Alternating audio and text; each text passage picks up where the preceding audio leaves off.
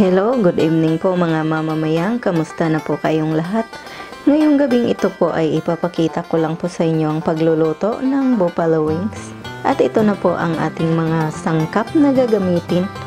Unang-una, 4 pounds na manok, 1 cup na harina at saka 5 kutsara ng cornstarch, 1 teaspoon na paprika, siling labuyo na hiniwa ko po ng maliliit, ground black pepper, 1 cup ng fresh milk, 1 teaspoon na garlic na nilidlid ko po.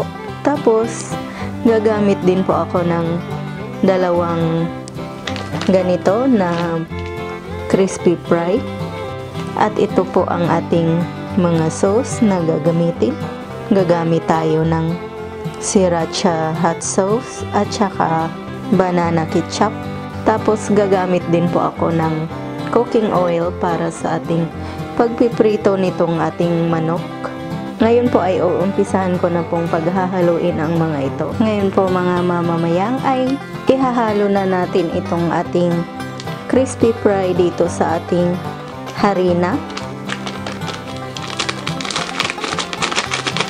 Gagamitin po natin to para dito natin i-marinate yung ating chicken.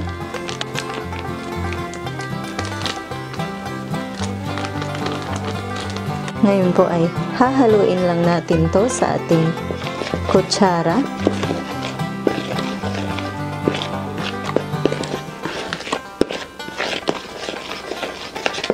Ngayon po ay ilalagay na po natin itong ating ground black pepper dito sa ating harina.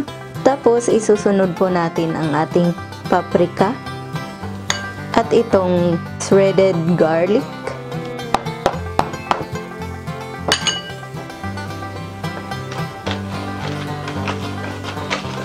Ayan po.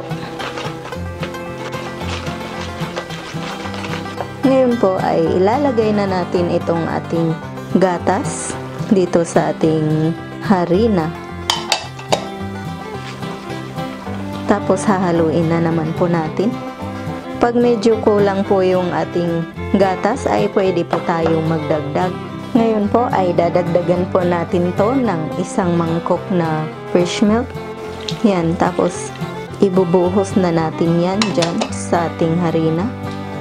Ngayon ay hahaluin na natin to. Yan. Tamang-tama na po yan. Ayan po mga mamamayang, na-mix ko na po yung ating gatas tsaka harina. Pero hindi ko na po siya lalagyan ng asin pala kasi tamang-tama na po yung timpla. Kasi yung crispy mix ay maalat na po pala yun. So, hindi na ako maglalagay ng asin. Ngayon po ay ilalagay na po natin tong ating manok dito sa ating nagawa na harina. Yan. Tapos hahaluin natin to. Pag nailagay ko na po lahat ng manok dito sa ating harina. Tapos hahaluin na natin siya.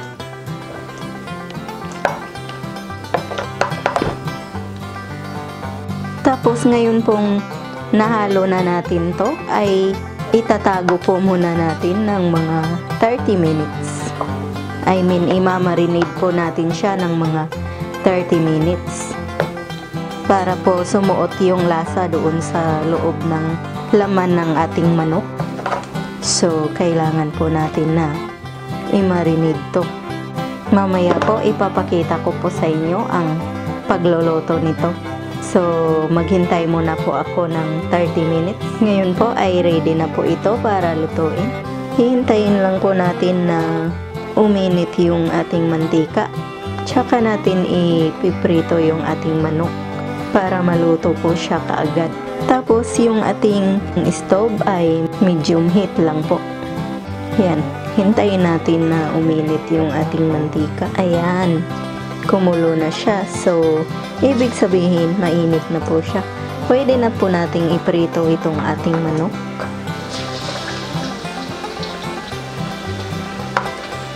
Dahan-dahan lang po nating ilalagay ito.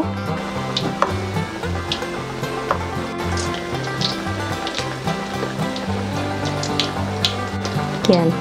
Mga ganyan lang po muna karami. Ngayon po ay medyo nag-golden brown na po yung ating manok. Yan, binaliktad ko na po siya. Yung kabila, hindi pa po siya nag-brown. So, hintayin po muna natin siya na mag-golden brown. Saka natin tatanggalin. Ngayon po ay babaliktarin na po natin siya. Ayan na po, nag-golden brown na po yung likuran niya. Ayan.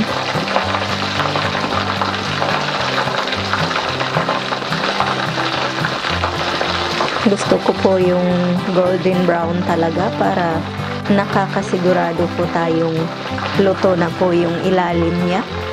Kasi ayaw po natin na hilaw yung ating manok bago natin lutuin sa ating sauce ng buffalo wings. Yan. Ngayon po ay titignan na natin yung ilalim niya. Ayan na po mga mamamayang, na golden brown na po yung ating manok.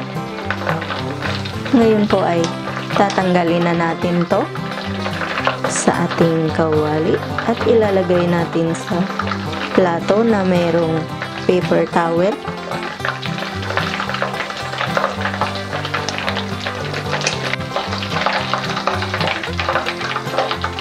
Ngayon po ay lulutuin na naman natin yung natitira pa nating manok.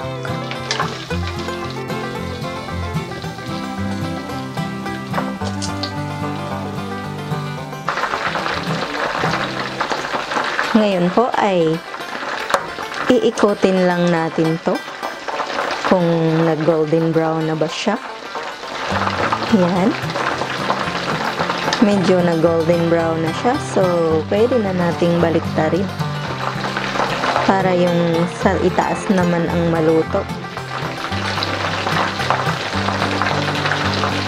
Mas maganda talaga na mainit yung mantika nyo pag nagpiprito kayo para hindi po siya dumikit sa kawali. Ngayon po na nag-golden brown na po yung both side ay tatanggalin na natin to.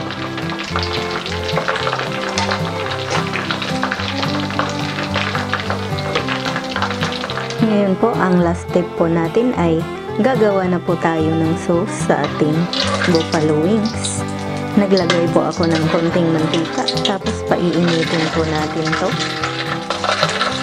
Ngayon ay ilalagay na po natin yung ating siling labuyo sa ating kawali. Ayan. Tapos hahaluin natin.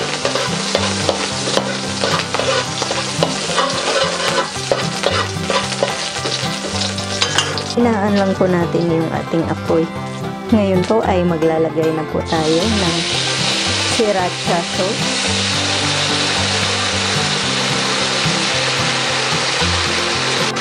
Depende na po yun kung gaano karami ang gusto nyong ilagay. At ngayon po ay ito namang banana ketchup ang ating susunod na ilagay. Maglalagay lang po ako ng konting suka dito sa ating sauce.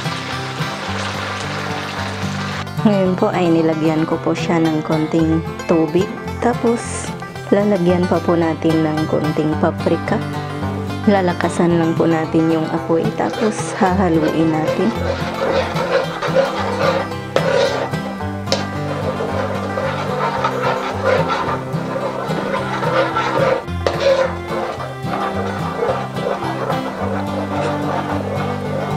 Hintayin lang po natin na kumulo.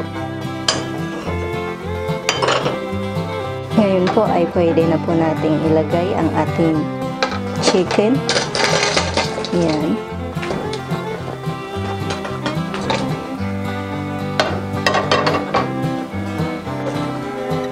Hahaluin lang po natin siya. Para malagyan po lahat ng sauce itong ating manok.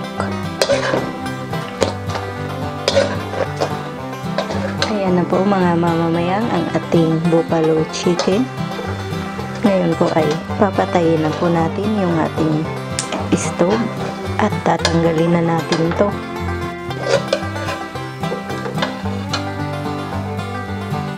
Napakaanghang po ng amoy.